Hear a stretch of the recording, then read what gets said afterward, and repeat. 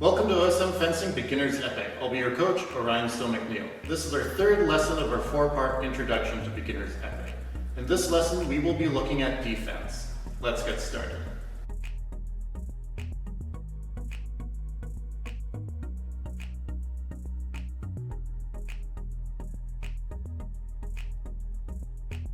Defense is a very important tool to have regardless of what weapon you're looking at. But in this case, we're going to be looking specifically at epee and the two principal ways of protecting yourself.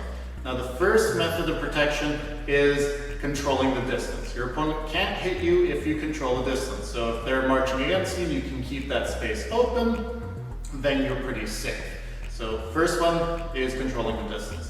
The second one is where if you're no longer able to control the distance and you're getting attacked, you want to be able to stop that blade from landing, and that is where parries come involved. So we are going to be looking at two principal ways of defending yourself. We're looking at controlling distance, and we're going to be looking at parries. But before we do that, let's look at how we hold our blade.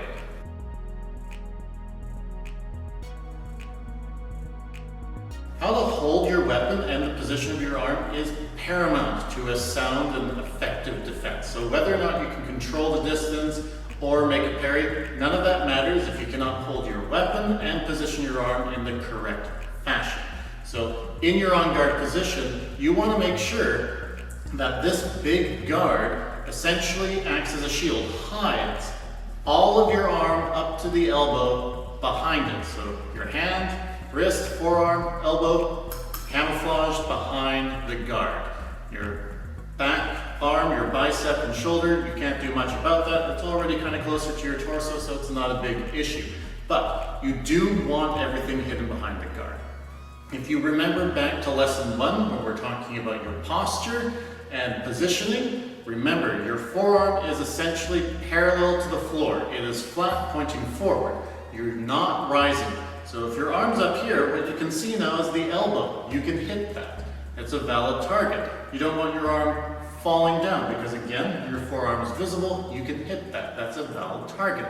And one more issue that happens is if you're pulling your arm in, you can see the outside of your arm. That's a target. And now you have to work even harder to attempt to make parries in either direction. So when you are fencing, first line of defense is making sure that your guard is hiding, protecting your arm behind it, including the hand.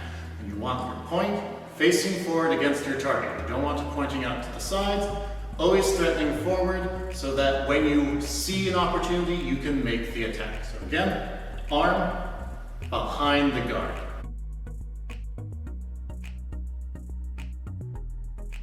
Our first method of defense in epee is going to be controlling distance. That is making sure that you can keep your opponent at a safe distance from you while you think about what it is you want to do. The two methods of controlling distance are both the same. It's using point and line, but the directions are different. So we're going to be looking at controlling distance with point and line while retreating and doing a point and line while advancing, with the same principal objective being keeping a safe distance from your opponent so that you can think over what action you want to do.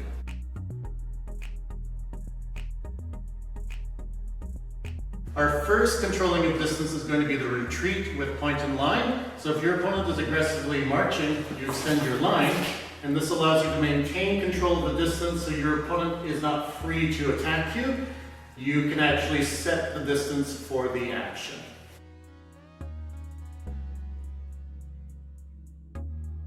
Conversely, if you want to control distance while advancing, you're going to present line while you step forward, and this forces your opponent into a greater defensive position because they're not free to necessarily attack you because you're controlling the distance.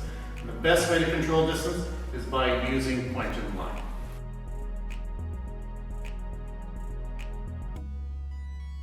Parries in epee are essentially the same as the parries in foil, with a few very obvious distinctions. Well, the object of the parry is to prevent your opponent from hitting you. In foil, it's really focused on the idea of winning right of way, taking over priority so you can make the touch. So once you have right of way, you don't really care if you get hit or not, because only one of those touches is going to be valid. In epee, because we can score double touches, we can both get points, the parry is a lot more important. It's no longer focusing on just taking right of way, because it doesn't exist. Instead, you're definitely taking an action to defend yourself, to prevent yourself from getting hit, and then awarding yourself a touch. So it's very important that you take control over the action in your parry. For this reason, while the parries are essentially the same as foil parries, they're usually going to be stronger, they're going to maintain more control, and the actions are going to be deeper to ensure your opponent can't land the touch.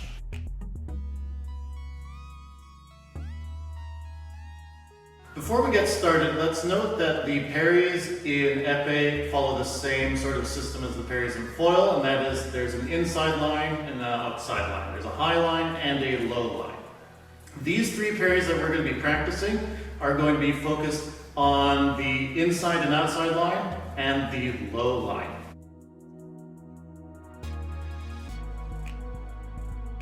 So starting in parry 4, if I extend my arm in point of line, Kyle is going to pick my blade in parry 4. As you can see, he's doing a deep parry where his blade is pointing up while he's catching the weak point of my blade. If I step forward, I cannot hit him. He's controlling it on the inside line. So if I step forward or if I lunge, my point is going to pass him. It's not going to hit him.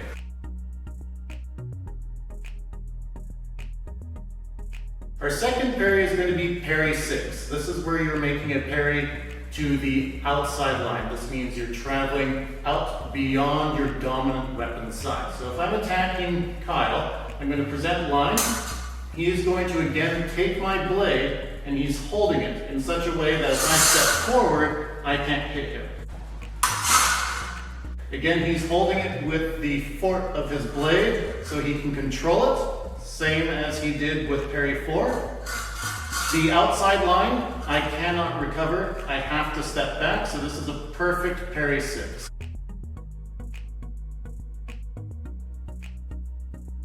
Our third parry is going to be the Parry Two. So this is going to be a low line parry. If I'm attacking and I present my line, he is going to roll his wrist so his knuckles are pointing up, and he's going to engage my blade, kind of hammering it down as if it were a nail. He has complete control. If I continue stepping in, I might be able to hit his leg, but he'll be able to hit me, so it's too dangerous. This is going to be a good Parry Two, in that it has complete control. I can't really push my blade up to hit him, and his point is in a better position to hit me. It has less distance to travel.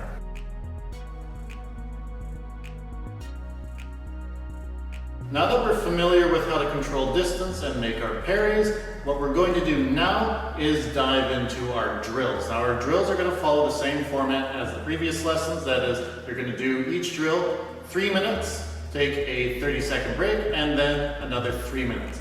But again, I strongly recommend you repeat these drills until you feel comfortable with them. Don't just do them, get them out of the way, and progress to the next level. Really make sure you're comfortable with the action. Let's get started with our drills.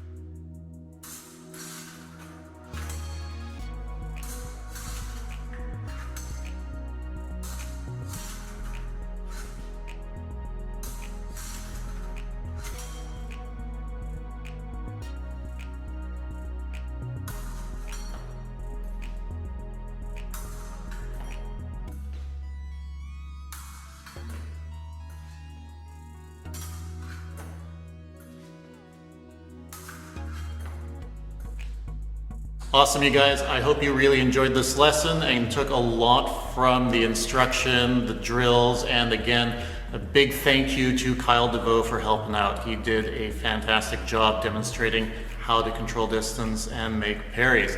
Now, before you finish up, we did go through this lesson pretty quick, so do follow up with Annex 3. We're going to include more information in there that we were not able to do in this lesson. So again, check out Annex 3, and I will see you for our final lesson, number 4.